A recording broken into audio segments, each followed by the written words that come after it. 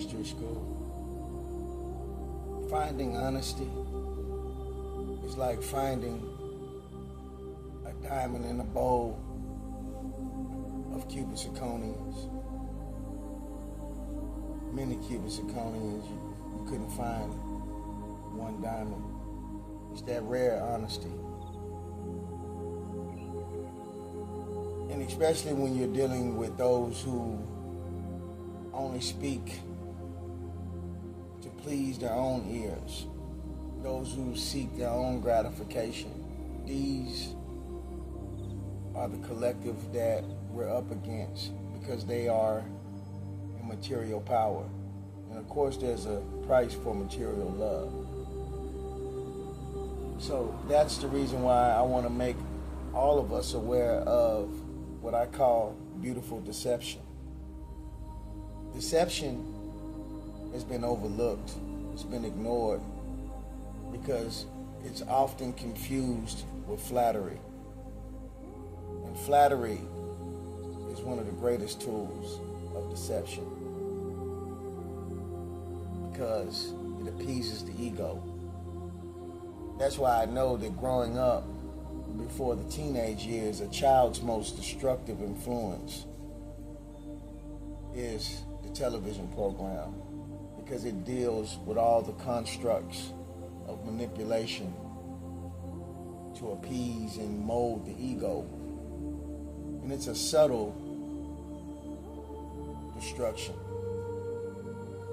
So, in my understanding of deception, because it's really taking its toll on us as a consumer, as a person that's also always watched the television programs, I've learned that the only thing to break the spell is to pay attention to those who are natural. And the most natural things on this earth are the birds, the animals, of course, and wildlife. Because deception is in nature. There are 600 species of carnivorous plants. One of my favorite is the Venus flytrap because it poses as a flower. It emits the nectar so it can attract its prey because as a predator, everything it's doing is based off of its hunger. So when these are meat-eating plants, they're carnivorous. And then I learned from the toad on understanding the serpent. It knows that the serpent's tongue picks up vibration, but yet the toad knows to be very still. So the prey out of fear understands the predator. It understands this is a form of deception.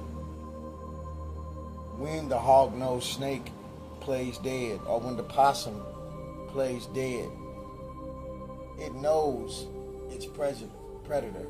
It knows to act dead, and possibly what'll happen? The predator will pass it up because it's innate to understand the nature of the beast that's stalking you. And that's why I am so fond of Aesop's fairy tales. And I'll talk today of one of the greatest tales of deception, and we can all learn from this deception. And this was between the fox and the crow, because Aesop understood the animals. In the animals' kingdom, the fox was known for being very clever, and the crow, of course, is very clever. So in the forest, the crow happens to find some cheese, and it goes up in a tree. And the fox, of course, it wanted that cheese, but the crow got it first. So in this tale of Aesop, he tells of how the fox goes to the crow and says, you know, you have the most beautiful dark feathers in the entire forest. You are such a great songbird. You are magnificent. You are possibly the queen of the birds.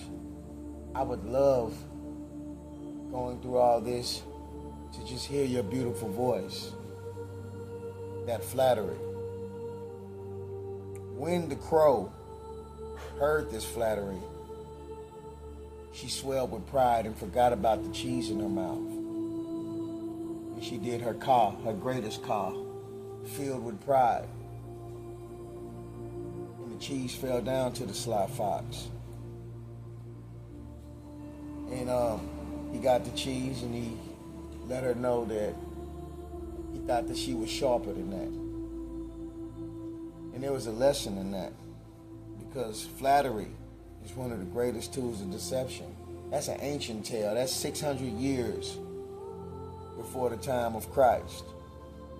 You know, we know the Adam and Eve stories. And another one that interests me is with Samson, and I'll be quick. In this story, when he met Delilah, he had never told her the secret to his weakness. Of course, that was his hair. He was a Nazarene. And she always told him.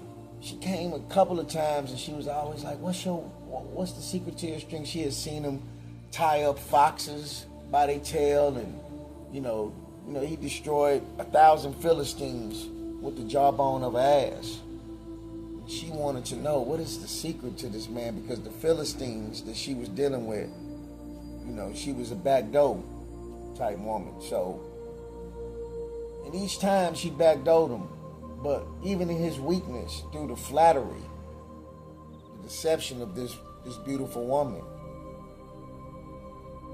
she eventually convinced him to tell his weakness, even though she knew that he couldn't be beat. And she tricked him every time. And he never saw it. He was so naive, because she flattered him all the time, until eventually he told her that the weakness was if he cut his hair. And not only was his hair cut, but his eyes was poked out, all behind him following the plan of love, the contract of marriage that he wanted to pursue with this woman. And she deceived him and had his eyes poked out.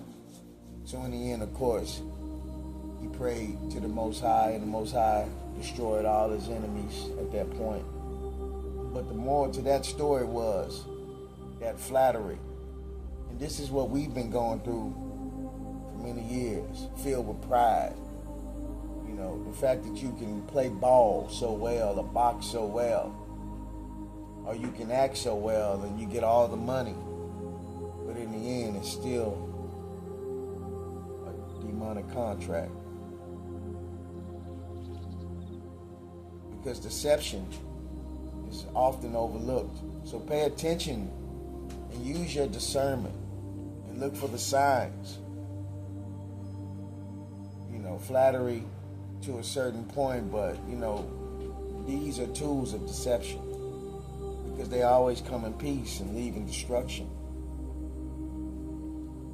And just think about it, man. I mean, the nature of the type of beast that we're dealing with is, instead of watching the animals like Aesop did to learn all of these different lessons, they'll cage them at a zoo and get profit off of watching them in their misery. So, just understand that deception is that destructive. So, what is the opposite of deception? What is the tool to destroy deception? Observation and discernment. This is Saint Germain, Ancient Nine Mystery School.